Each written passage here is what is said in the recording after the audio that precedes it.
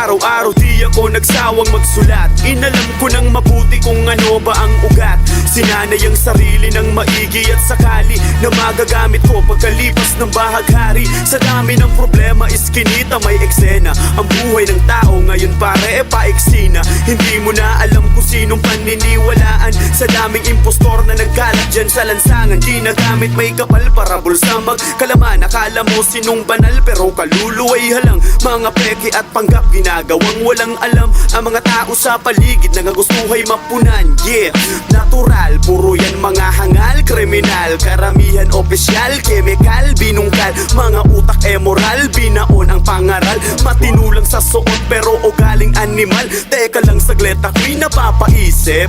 Sistema ng gobyerno pare ba't ang init? Wala silang pake, mahirap laging itsapuera. Hindi papanig ang batas kapag wala kang pera. Sapagkat nabibili lamang kanilang mga dignidad. Ginagamit ang tungkulin at abilidad. Maling pamamalakad lagi ang pinapairal. Dito sa Pinas bakit sobrang mahal mag-aral? Mahal na nga bilihin, dami pang dagdag gastusin. Laging tanong meron pa bang bigas na isasaing? Sa sobrang hirap ng buhay para kang nasa hukay. Ako'y nagtitipid kaya nagtitiis sa ukay. Laging nakahandusay, bangkay na tumilapon. Ang makikita mo't maririnig buong maghapon. Ako'y nababagot, anong mabisa na sagot?